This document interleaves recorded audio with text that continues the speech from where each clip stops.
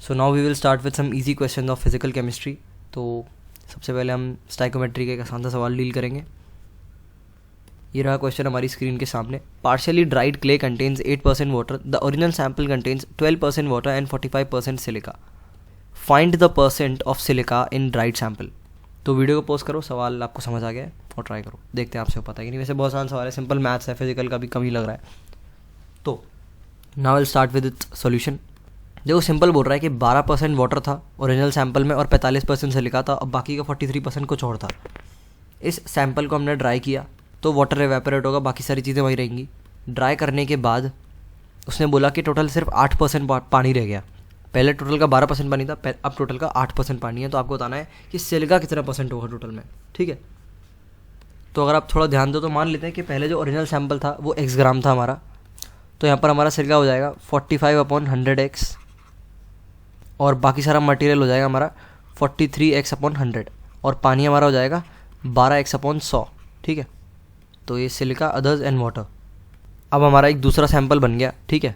मान लेते हैं जो इवेपोरेट करने का सैंपल बना उसका टोटल वेट हमारा y ग्राम था। तो यहाँ से हमें चल रहा है कि उस y ग्राम में 8% तो हमारा पानी था, तो पानी का जो वेट आ जाएगा वो आ जाएगा 8y/100, ठीक है। और बाकी सारी चीज़ें होंगी, उनका वेट हमारा होगा 92y/100। बाकी सारी चीज़ें हमारी सिलिका और अदर मटेरियल्स हैं, ठीक है। तो देखो सिलिका और अदर मटेरियल जो है इवेपोरेट नहीं हो रहा है, मैं सिर्फ इतनी बात दिमाग में रखनी और हमारा सॉल्व हो जाएगा सवाल। क्योंकि ये इवेपोरेट नहीं हो रहा है तो इनका वेट बाद में और पहले सेम ही रहेगा। तो हम सिंपली लिख सकते हैं 98x divided by 100, sorry this will be 88, 98 नहीं आएगा, 12 है क्योंकि इधर। So 88x divided by 100 is equals to 92y divided by 100 और x और y में हमारे पास रिलेशन आ गया कि x is equals to 92/88y, ठीक है। अब हमें सिंपली कुछ नहीं करना है, टोटल वॉल्यूम में हमें सिलिका का परसेंट निकालना है। तो आंसर को लिखते हैं हम रेड पेन से। टोटल हमारा y है फाइनल, और सिलिका हमारा ध्यान रखना चेंज नहीं होगा। सिलिका पहले भी 45x/100 था और अब भी हमारा 45x/100 ही रहेगा। तो लिख लेते हैं 45/100 इंटू एक्स, पर x की वैल्यू हम y के टर्म में निकाल सकते हैं, तो y से y हमारा कट जाएगा। तो हमारा आंसर होगा ये 88 डाल देते नीचे। परसेंट निकालने तो 100 से मल्टीप्लाई भी देना पड़ेगा, ठीक है। तो ये हमारा 100 से 100 कट जाएगा, y से हमारा y कट जाएगा, तो हमारा बचेगा 92 इंटू 45/88, 46, 44। तो यहाँ से हमारा लगभग 47.0 यानी 47% आंसर निकल के आ जाएगा। आगे बढ़ते हैं। तो क्वेश्चन हमारा कुछ इस तरह से है, if mole fraction of solute is change from 1/4 to 1/2 by adding some solute in the 800 gram of H2O solvent, find the ratio of molality of two solutions. तो वीडियो को पोस्ट करें और सवाल को ट्राई करें। So now will start with its solution.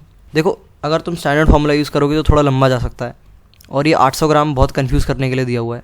Simply molality और mole fraction के बीच में हमारा डायरेक्ट रिलेशन होता है। तो ये होता है molality equals to XA/1 - XA into 100/MB। तो हमें दे रखा है कि XA जो है यानी A का जो मोल फ्रैक्शन है वो 1/4 से 1/2 कर दिया जा रहा है, और MB तो यार अपना सेम ही रहेगा। तो सिंपली हमें XA की वैल्यू 1/4 से 1/2 करनी है और दोनों को कंपेयर करना है। तो हमारा आंसर इस तरह से आ जाएगा। तो XA रखते हैं पहले 1/4, तो ये हमारा हो जाएगा 1/4 माइनस 1/1/4 इंटू 100, और MB हमारा 18 है। वैसे MB से फ़र्क नहीं पड़ता क्योंकि जब हम डिवाइड करेंगे तो रेशियो निकाल रहे होंगे, तो 18 से 18 कट जाएगा, 100 भी कट जाएगा।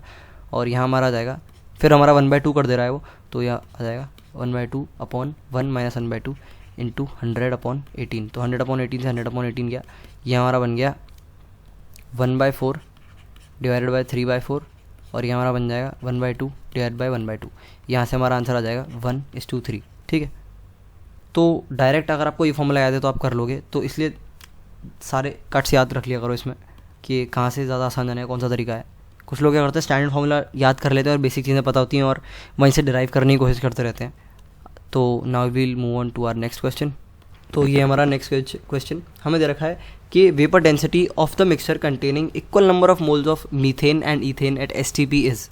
तो ये भी डेटाबेस सवाल है, तो वीडियो को पोस्ट करो और याद होगा आपको, उम्मीद करता हूँ मैं, कि होती क्या है वेपर डेंसिटी की फॉर्मूला। तो पोस्ट करें और सॉल्व करें। So now will start with the solution. तो वेपर डेंसिटी के लिए सबसे पहले आपको molar mass of the mixture पता होना चाहिए। तो molar mass of the mixture हमारा हो जाएगा MX is equals to mole of ethane into molar mass of ethane plus mole of methane into molar mass of methane divided by total moles.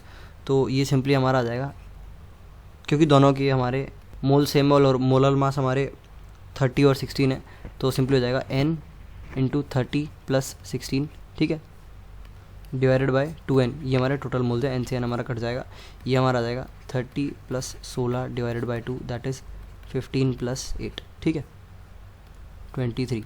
और vapour density हमारी होती है molar mass of the mixer divided by 2, तो ये हमारी जाएगी 23/2, that is 11.5 हमारा answer. Now we'll move on to the next question. तो यहाँ पर हमें दे रखा है कंपाउंड है हमारा X4O6, ठीक है।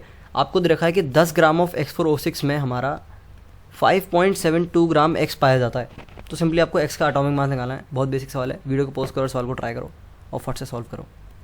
तो हम मान लेते हैं कि इसका कोई एटॉमिक मास है, स्मॉल x से मान लेते हैं, ठीक है, और हम ऑक्सीजन का y मान लेते हैं। वैसे लोगों को वेरिएबल्स में दिक्कत होगी तो मैं कोई और वेरिएबल चूज़ करता हूँ, ठीक है। तो इसका हम a मानते हैं और इसका हम b मानते हैं, ठीक है। तो हमको बेसिकली दे रहा है कि ये जो टोटल 10 ग्राम है इसमें हमारा 5.72 ग्राम जो है x का है, ठीक है, परफेक्ट।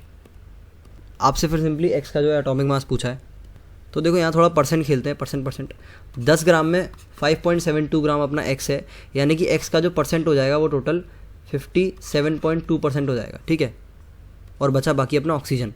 तो मैं डायरेक्ट यहाँ पे x का परसेंट कैलकुलेट अगर करूँगा तो मुझे मिलेगा 4 बार मेरा x आ रहा है, तो ऊपर आ जाएगा मेरा 4a divided by 4a itself plus, और 6 बार मेरा ऑक्सीजन आ रहा है, b की वैल्यू मेरी 16 हो जाएगी, तो 6 × 16 आ जाएगा नीचे, इज इक्वल्स टू, तो इस इक्वेशन को हम सॉल्व कर लेंगे।